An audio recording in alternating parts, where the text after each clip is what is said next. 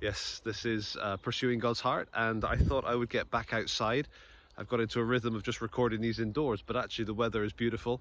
At least you can see a blue sky. I just realized all you can really see is a hedge.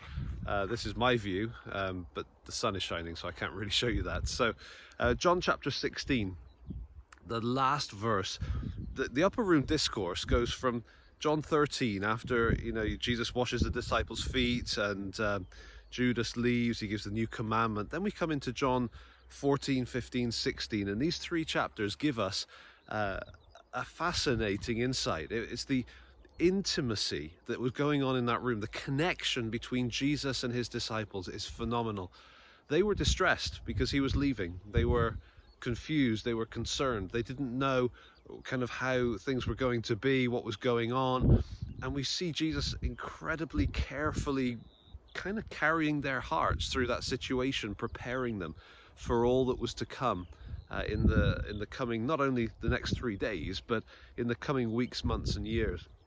In these chapters he talks about the hope they have of him leaving and then coming back to take them to be with him.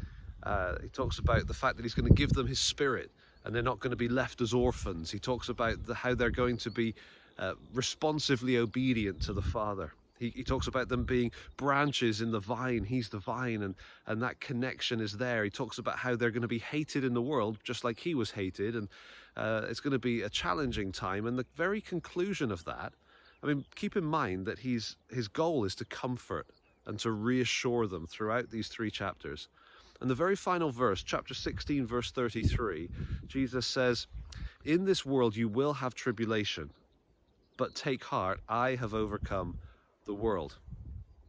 In this world you will have tribulation. There are people that like to give the impression, either subtly, by a hint, or overtly in their teaching, that when you trust Jesus, everything is normal. And not normal, everything is fine, everything is easy, that you'll be, your diseases will get healed and your bank balance will be full and everything will be great. That's not what Jesus told us. That's not what Jesus told his disciples. He said, in this world you will have tribulation. In fact, trusting Jesus and identifying with Jesus will mean greater struggles and challenges in some ways than if you didn't identify with him. But he says, take heart, have courage, be strengthened in the reality. Now, what is the reality that is supposed to give comfort and encouragement to them and to us in a world so full of tribulation and difficulty? Notice that he doesn't say, take heart, I trust you guys, you can do this, you can find the character, you can find the fortitude, you can take a deep breath and you can get through it. He doesn't say that. He doesn't say, I've been with you for 3 years, you've had a great example, now just copy what you've seen.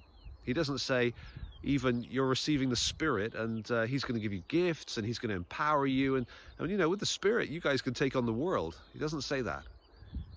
He doesn't say anything that points them to them. He says, in this world you will have tribulation, but take heart, I have overcome the world. And that was true for them, it's true for us. Whatever we're facing, whether it's viruses, whether it's pandemics, whether it's uprisings and protests and riots and all the different things that are going on. It may be something more personal, more local in your situation. Whatever the difficulty that we may be facing, we can have confidence, we can find strength, we can take heart because Jesus has overcome the world. We're connected to him, we're identified, but we're one with him by the Spirit, and therefore we're wrapped up. Our history is his history. Our challenges are his challenges. Our future is his future, or his is ours. You get what I'm saying? We're one with Christ, and so we can take heart. He has overcome the world.